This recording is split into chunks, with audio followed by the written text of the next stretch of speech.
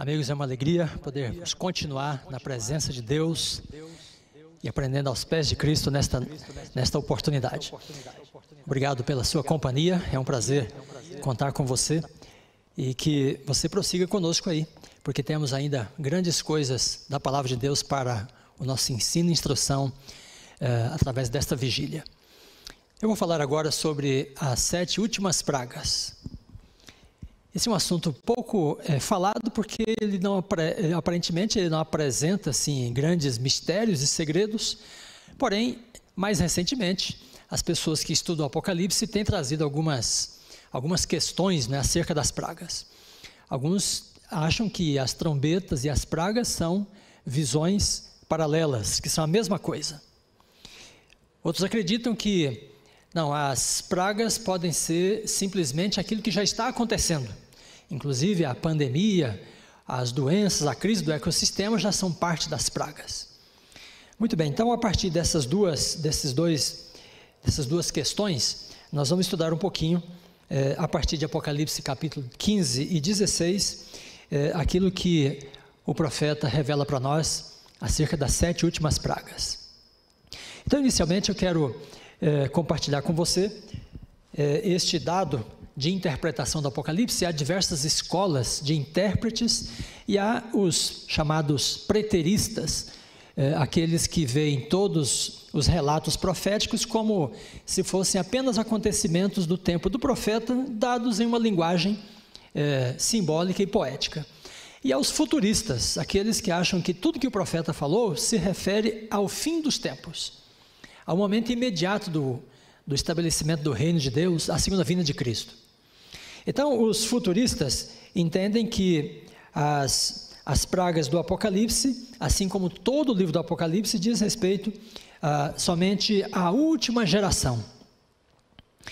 E daí há uma outra versão deste chamado futurismo e que tem atraído a atenção também de alguns adventistas do sétimo dia. Digo os adventistas porque estes são estudiosos das profecias já desde o surgimento, né, deste movimento, desta igreja. Então os adventistas sempre entenderam o Apocalipse a partir da perspectiva historicista, nem preterista, tudo no passado, nem tudo no futuro, mas a profecia como sendo uma antecipação dos grandes acontecimentos da história da salvação. Então as profecias cumprindo-se ao longo da história. Pois bem, então os futuristas, e para esta versão, né, alguns adventistas também se sentem atraídos, os futuristas dividem o Apocalipse em dois blocos de visões. Então eles dizem, dos capítulos 1 a 3, então João dá algumas profecias relativas ao período da história, as 7 igrejas, cobrindo toda a história. Mas eles entendem, quando chega ao capítulo 4, e ele diz, venha e eu vou te mostrar as coisas que vão acontecer depois destas, então aí para eles estaria começando, né, a sessão escatológica final do livro do Apocalipse. Então, desta forma, os futuristas entendem que do capítulo 4 para frente, aí tudo que está no Apocalipse diz respeito à última geração. Então, esses futuristas entendem, por exemplo, que os selos e as trombetas são sucessivos ou consecutivos. Então todos os selos ocorrem e em seguida começam as 7 trombetas, que correspondem com as 7 pragas. Eles entendem também que as trombetas e as pragas, né, são um mesmo evento e quase tudo que está descrito aí ocorrerá de forma literal. Então, por exemplo, a 5ª trombeta tratando dos gafanhotos, né, então esses futuristas entendem que eles serão gafanhotos literais. Que aquilo que está revelado nos selos também são acontecimentos literais dos últimos dias. Muito bem, embora algumas pessoas tenham se sentido atraídas, né, recentemente por esta compreensão, por esta visão do Apocalipse, ela naturalmente não tem muita base e sustentação quando nós consideramos a estrutura, o desenho do livro do Apocalipse. Eu quero então chamar a sua atenção nesse momento para este chamado desenho, a estrutura, né, do livro do Apocalipse. Você eventualmente pode ler o livro e ter a impressão de que ali é um amontoado de coisas, né, quase que uma coxa de retalhos em que João começa a falar de uma visão. Ele entra com determinados recortes no meio daquela visão, e aí as visões vão se amontoando, como se elas não tivessem uma lógica, né? uma sequência entre elas. Então, isso não é o caso. De fato, os grandes especialistas dizem que o Apocalipse deve ser o livro, né, cuja estrutura é mais criteriosa de toda a Bíblia. E eu quero mostrar então para você este quadro que está na nossa tela. E esse quadro mostra para nós que o Apocalipse pode ser dividido em 7 conjuntos de visões, sendo que cada um dos 7 conjuntos tem 7 elementos. Então tem as 7 igrejas, depois os 7 selos, 7 trombetas. Aí nos capítulos 12 a 14 nós temos 7 sinais, depois as 7 pragas, depois tem 7 juízos e por fim as 7 maravilhas da Nova Jerusalém, do novo céu e da nova terra. Agora o curioso é que estes 7 conjuntos de visões, todos eles são abertos com uma cena do santuário, uma cena no santuário celestial. Então, por exemplo, se você vai ao primeiro conjunto das 7 igrejas, então João, antes de falar sobre as igrejas, ele vê Jesus no lugar santo do santuário, e Jesus está caminhando entre os 7 candeeiros, e daí ele mesmo diz que os candeeiros são as 7 igrejas. Então, esta pequena visão do santuário, que está no capítulo 1, a partir do versículo 10 até o 20, ela dá uma introdução, uma abertura para a visão das igrejas.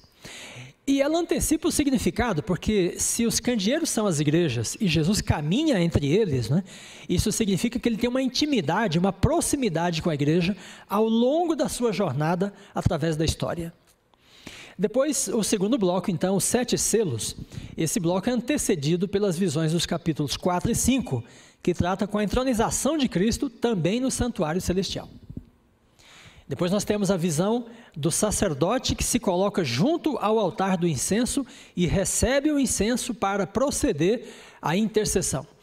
Então, esta visão que está no capítulo 8, versículos 2 até o 5, dá então a abertura, né, ao conjunto das 7 trombetas. Bem, ao observarmos este conjunto, então uma coisa chama bastante a nossa atenção, é que estas cenas do santuário mostram a progressão da obra de Cristo no santuário celestial. Então, inicialmente ele é visto no lugar santo, depois ele é visto na cerimônia de intronização e oficialização do ministério dele no santuário, e aí a cena do capítulo 8, então, mostra o sacerdote, que é o próprio Cristo, posicionado junto ao altar do incenso para realizar a intercessão, ou a mediação, pelas orações de todos os santos. Depois disso, então, na cena do capítulo 11, versículo 19, então diz que o santuário do tabernáculo do testemunho é aberto. Então, há a visão da arca de Deus no lugar santíssimo. E essa abertura para o lugar santíssimo indica para nós que Jesus passa da fase do ministério da intercessão e mediação para a expiação. Depois, no capítulo 15 até o 16, verso 1, aí nós temos o final da expiação. Então, Jesus é entronizado, ele procede à intercessão, ele passa para o lugar santíssimo, capítulo 11, verso 19, para a expiação, e então no capítulo 15 ele termina a expiação. Depois há uma visão no capítulo 16, versículo 17, que dá o está feito, né, está consumado, indicando que todo o trabalho de Cristo está encerrado e as pragas já foram também derramadas. E por fim a visão do santuário, ou tabernáculo de Deus com os seres humanos, no novo céu e na nova terra. Muito bem, o objetivo de mostrar para você essa sequência da obra de Cristo no santuário, é que esta sequência nos previne, né, de tomar as visões do Apocalipse de forma desorganizada. Então, elas organizam, elas dão uma lógica, uma sequência para as visões do Apocalipse. De forma que, por exemplo, se você toma o conjunto das 7 trombetas, que é precedido, né, pela visão de Jesus junto ao altar do incenso, no lugar santo, você não pode dizer que as trombetas são para o tempo do fim, porque a visão mostra que Jesus está exatamente começando a intercessão. E as trombetas seguem ao início da intercessão, quando ele subiu para o céu após a ressurreição. Quando nós vamos para as pragas, no capítulo 16, o relato das pragas é precedido pela visão da finalização da expiação. Então você não pode também dizer que as pragas são durante a história, porque elas seguem ao momento, né, em que Jesus termina o seu ministério da expiação no santuário celestial. Muito bem, então tendo esta visão desta estrutura, desse desenho do Apocalipse, aí nós podemos ir para as trombetas, e eu quero fazer então uma distinção entre as trombetas e as pragas, para que você tenha condição de avaliar as interpretações que existem acerca deste ponto. Quando lemos no capítulo 8, versículo 2, então é dito que João vê 7 anjos e eles têm cada um uma trombeta. E eles estão diante de Deus, ou diante do trono. Esta expressão indica, segundo nós podemos confirmar em Apocalipse 8, versículo 3, capítulo 4, verso 6, que no livro do Apocalipse, estar diante de Deus ou diante do trono é estar no lugar santo do santuário. Então, nós podemos dizer com segurança que os 7 anjos que têm as 7 trombetas saem do lugar santo do santuário. Agora, quando vamos ao capítulo 15, os anjos que têm as taças com as 7 pragas, eles não saem do lugar santo, mas do lugar santíssimo. Então, no capítulo 15, versículos 5 e 6, diz que abre-se o santuário de Deus do tabernáculo do testemunho, e sai após essa abertura o grupo dos 7 anjos com as 7 taças. Então, os primeiros 7 anjos saem do lugar santo do santuário, onde Jesus está fazendo a intercessão, e o grupo de anjos que tem as 7 taças saem do lugar santíssimo do santuário, onde Jesus está terminando a expiação. Logo, podemos concluir que as trombetas, portanto, devem começar quando Jesus começa a intercessão, enquanto que as pragas começam quando ele termina a expiação, ao final de todo o processo, né, do seu ministério no santuário celestial. Segundo passo, as trombetas começam, portanto, no início da intercessão. Já as pragas começam no fim da intercessão e da expiação. Então, há um longo período de tempo que dura todo o ministério de Cristo, né, separando a primeira trombeta da primeira das 7 últimas pragas. E o terceiro ponto, entre as trombetas de números 6 e 7, há um interlúdio que trata com a proclamação da mensagem profética. Então, os capítulos 10 e 11, né, tratam do testemunho do povo de Deus para as nações. Então podemos dizer que no espaço entre a 6ª e a 7ª trombeta, a pregação do evangelho ainda prossegue, enquanto que durante as pragas é dito que elas consumam, né, a ira de Deus, e não há mais tempo de misericórdia, não há mais intercessão, não há mais pregação do evangelho, e portanto as pragas estão localizadas no momento após o fechamento da porta da graça. Muito bem, é importante frisar esse ponto porque ao estudar as profecias precisamos estudá-lo no contexto em que elas são dadas, segundo a estrutura, né, que o autor pretendeu dar ao relato das suas visões, porque com essa estrutura ele já está dando para nós um direcionamento para a nossa interpretação daquilo que ele escreveu. Então, revisando esse ponto, né, as trombetas tratam com acontecimentos que seguem ao início da intercessão no santuário celestial, ao passo que as pragas seguem ao final da expiação nesse mesmo santuário. Agora, é importante observar que tanto as trombetas quanto as pragas são juízos, são medidas que Deus toma para punir aqueles que perseguem seu povo ou aqueles que escolheram, né, um lado contrário a sua palavra, a revelação de seu plano de salvação. Então, tanto as trombetas quanto as pragas são indicativos, né, de que Deus tem contas a acertar com a terra, com aqueles que se opõem a seu povo, que se opõem ao plano de salvação, que menosprezam sua palavra, que perseguem seus santos. Então, ambas as visões tratam com juízos. Mas qual a diferença desses juízos? É que as trombetas são juízos que Jesus derrama sobre aqueles que perseguem seu povo como instituições. Então, a primeira trombeta, com a linguagem da árvore verde sem frutos, né, que é queimada, está retratando a queda de Jerusalém no ano 70, depois da morte de Cristo. Esta linguagem é compreensível quando você vai para o Evangelho. Então Jesus profere a parábola contra a figueira, e a figueira se seca, né? Em seguida ele faz o pronunciamento da queda de Jerusalém e diz: Jerusalém, Jerusalém, que matas e apedrejas os profetas e que te são enviados. E ele diz: a tua casa ficará deserta. Então, pouco mais de 30 anos à frente, Tito invadiu a cidade de Jerusalém e ela caiu. Depois da segunda trombeta, então, é a visão de uma grande montanha ardendo em chamas que é lançada sobre o mar. E toda essa linguagem tem que ver com a queda de Roma em 476. Então, Jerusalém foi uma perseguidora dos cristãos no primeiro século. Roma é o império perseguidor dos cristãos nos primeiros séculos. E esses são os dois primeiros inimigos, né, sobre os quais Deus lança juízos, né, como parte das trombetas. E é importante perceber que esses juízos são uma resposta que Deus dá à mediação que Jesus faz pela oração dos santos.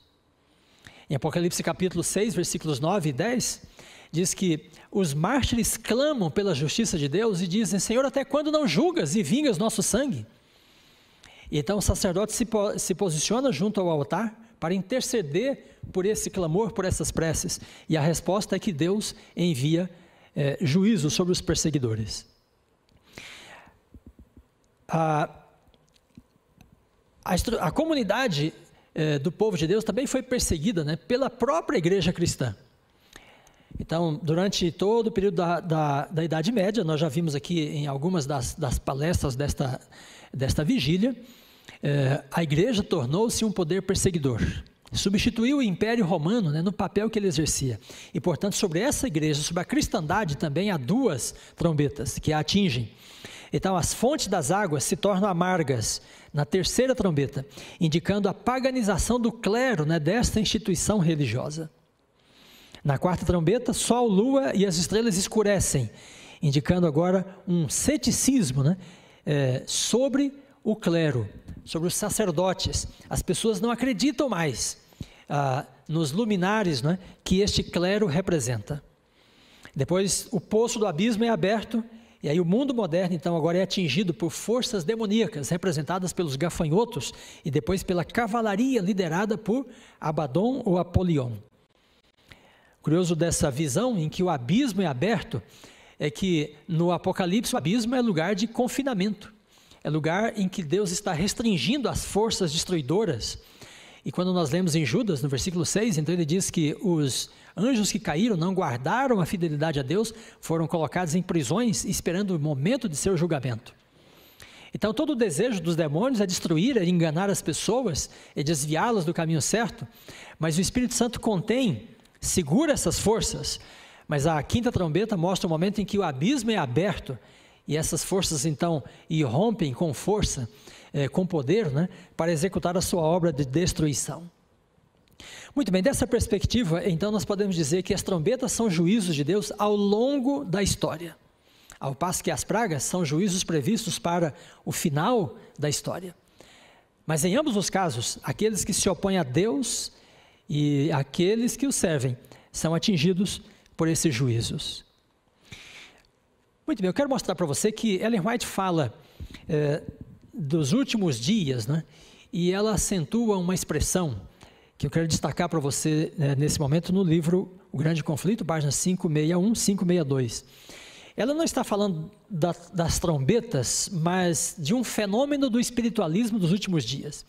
E quando a gente compreende que a abertura do abismo pode ser a soltura, né, a liberação dessas forças demoníacas, esta citação do livro Grande Conflito se torna bastante interessante, porque ela diz assim: Satanás tem há muito estado a preparar-se para um esforço final, a fim de enganar o mundo.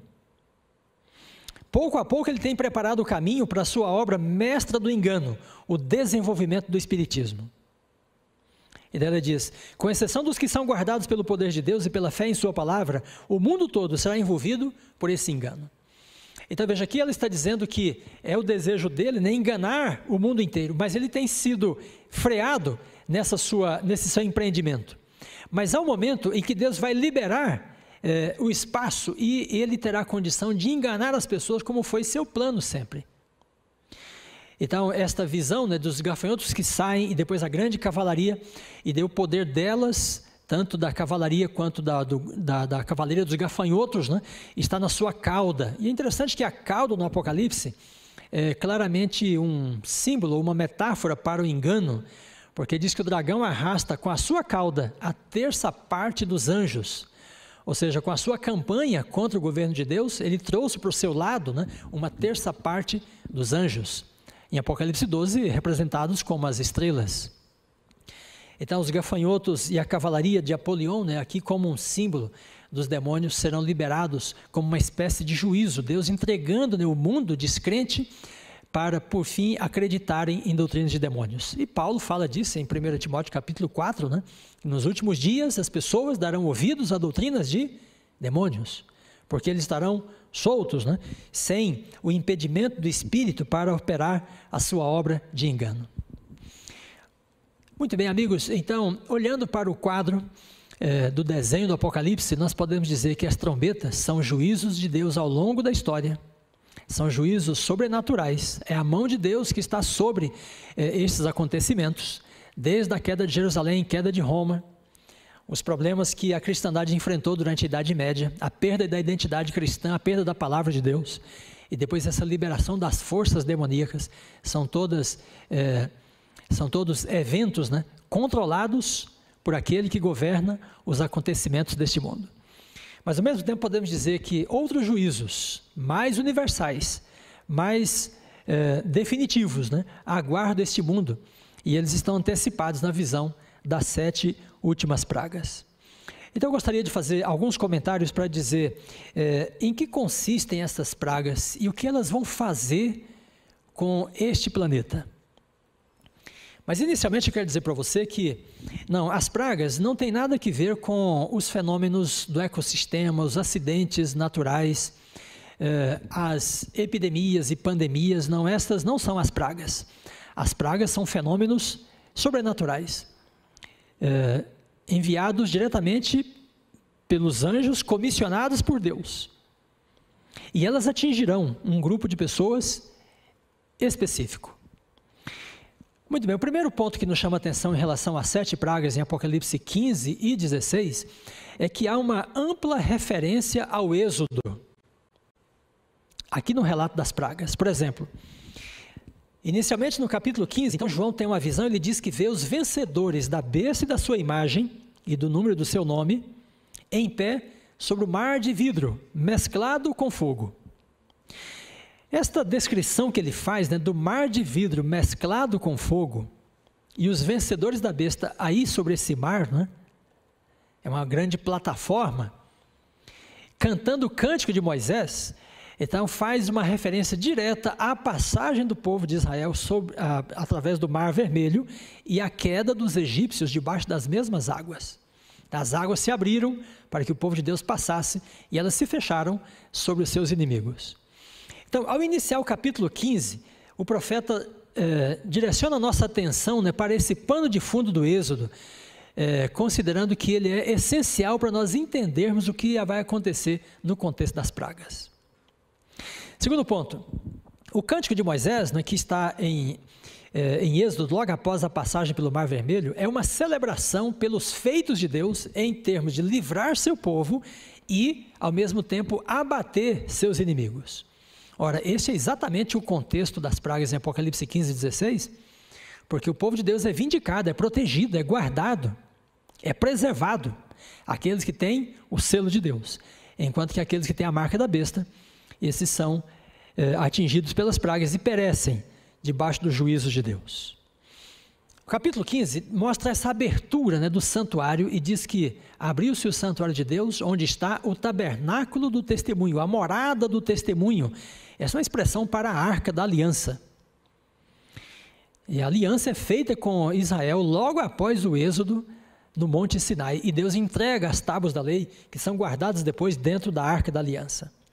Então são várias referências, né, e aqui no relato das pragas ao evento do Êxodo.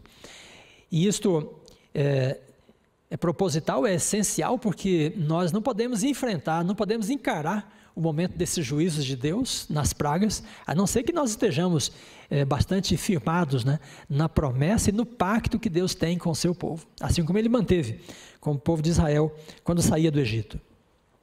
No capítulo 16, João ainda diz que ele vê 3 demônios, operadores de sinais, e ele diz, eles são semelhantes a rãs. Olha, as rãs só aparecem na Bíblia no contexto do Êxodo, porque esta foi a segunda praga sobre o Egito, a praga das rãs, e a última imitada pelos magos. Então essa palavra utilizada aqui é uma referência também a esse contexto do Êxodo. As pragas afetam aqueles que são marcados pela besta. No Egito, todos os egípcios, todos aqueles que seguem o faraó, são atingidos também pelas pragas. E é interessante que alguns egípcios decidem, né, seguir o povo de Israel e saem com esse povo para o deserto, para estabelecer também uma aliança com Deus. E depois nós temos a 5ª e 6ª pragas, atingem, né, poderes constituídos, como se fosse uma lembrança do que ocorre com o faraó e os seus exércitos no contexto do Êxodo. Então, Apocalipse 15 e 16, amigos, nos convida, né, a ler o relato das pragas com a mente e com a memória do Êxodo, o momento da libertação do povo de Deus. É um momento de juízo, é um momento em que Deus se levanta contra os egípcios, mas é um momento também em que ele mostra o seu poder de libertar, de salvar, de preservar a sua herança, o seu povo. O Mar Vermelho se abriu para que Israel passasse em segurança. E então no Apocalipse capítulo 16, o rio Eufrates também se abrirá, numa visão simbólica do momento em que as perseguições vão cessar, para que o povo de Deus possa também triunfar. Muito bem, quero mostrar então para você algumas relações das próprias pragas com as pragas no Egito, porque você, ao chegar no Apocalipse, percebe que quase tudo que João descreve aí é simbólico, é metafórico, é dado numa linguagem poética, simbólica, mas algumas coisas são literais. Agora, como é que você pode saber o que é literal e o que é simbólico? Aí depende de uma previsão bíblica para isto. Então, uma vez que Apocalipse 15 e 16 faz tantas referências ao Êxodo, isto indica para nós que a maneira como as pragas são narradas no Êxodo deve ser também a maneira como nós as entendemos, ou devemos entendê-las, no livro do Apocalipse. Então, a água transformada em sangue, né, nas pragas no Egito, e portanto a transformação de águas em sangue no Apocalipse deve ser entendida de forma literal, porque é literal o relato de Moisés no Êxodo acerca das pragas no Egito. Há úlceras entre as 7 pragas. A primeira praga é a praga das úlceras, e no Egito também há uma praga das úlceras, e as pessoas tinham tumores na sua pele, no seu corpo. Isso indica que as úlceras aqui são literais, são físicas. Há uma praga de trevas, né, uma escuridão que toma conta do Egito, e há uma praga de trevas também sobre o trono da besta. Agora, é importante nós percebermos que não há uma correspondência precisa entre as pragas no Apocalipse e as pragas do Êxodo. São 7 no Apocalipse e são 10 no Êxodo. Enquanto que a abertura do Mar Vermelho, né, após as pragas, no Apocalipse a abertura do rio Eufrates é parte das pragas. Porém, esta correspondência, ela nos ajuda a entender, né, esta linguagem que ele está utilizando para compreendermos melhor as pragas. Muito bem, com esse quadro agora, eu quero mostrar para você que há uma correspondência também de linguagem, de termos, entre as pragas, as trombetas e também com a criação. É interessante que, se você se lembra da estrutura do desenho do Apocalipse que eu mostrei há pouco, são 7 conjuntos de visões. E Deus trabalha com as igrejas, com os selos, com as trombetas. Deus trabalha ao longo dos 6 conjuntos iniciais. Mas no 7º conjunto, que trata com a Nova Jerusalém, o novo céu e a nova terra, não há mais trabalho a ser feito. E Deus entra para o descanso com a sua criação restaurada. Essa estrutura do Apocalipse tem tudo a ver, né, com a narrativa da criação, porque Deus trabalha no domingo, na segunda, na terça, na quarta, na quinta e na sexta, e faz todo o seu trabalho. E no sábado, ele entra para o descanso com a sua criação, recém-formada. Então, quando o Apocalipse usa essa numeração, e chama então o primeiro selo, o segundo selo, a primeira trombeta, a segunda trombeta, o primeiro anjo, a primeira praga, a segunda praga. Então, essa numeração é para fazer você se lembrar do relato da criação, porque este relato vai ajudar você a entender melhor a visão das pragas. Então, veja, a primeira taça é derramada sobre a terra, a segunda sobre o mar, a terceira sobre as fontes das águas, a quarta sobre o sol. Então, esses são elementos, né, dos primeiros dias da criação, dos primeiros 4 dias. É como se, com essa linguagem, né, João quisesse indicar para nós que o que Deus vai fazer com as pragas deve ser entendido como sendo a reversão do que ele fez no relato da criação.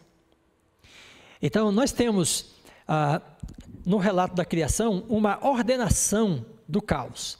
E Deus cria, Deus forma, Deus estabelece, né, as condições de vida. E ao contrário disso, quando nós olhamos para o relato das pragas, então tudo aquilo que estava ordenado será trazido à condição de caos novamente, porque o juízo de Deus vai operar uma reversão do processo criativo. Então Deus cria a luz, Ele estabelece os céus, o mar e a terra, e as fontes das águas, a vegetação, criando as condições de vida. Porém, nas pragas, essas condições são subvertidas, e não haverá mais condição de vida na terra após as pragas. Nós podemos dizer também que com as 4 primeiras pragas, as pessoas, né, são atingidas. Com as úlceras, com o mar que se torna em sangue, as fontes que se tornam em sangue e o sol que se superaquece. Mas depois, com a 5ª e 6ª pragas, então, as instituições são atingidas. Que instituições? Trevas sobre o trono da besta. A besta é a estrutura do poder político, empregada na crise final contra o remanescente de Deus. Nós falamos aqui que o poder político é representado através da imagem da besta, mas depois, ao longo do Apocalipse, várias referências à besta. Agora, dentro das pragas, há uma referência à besta e uma referência também à Babilônia, com a imagem do rio Eufrates.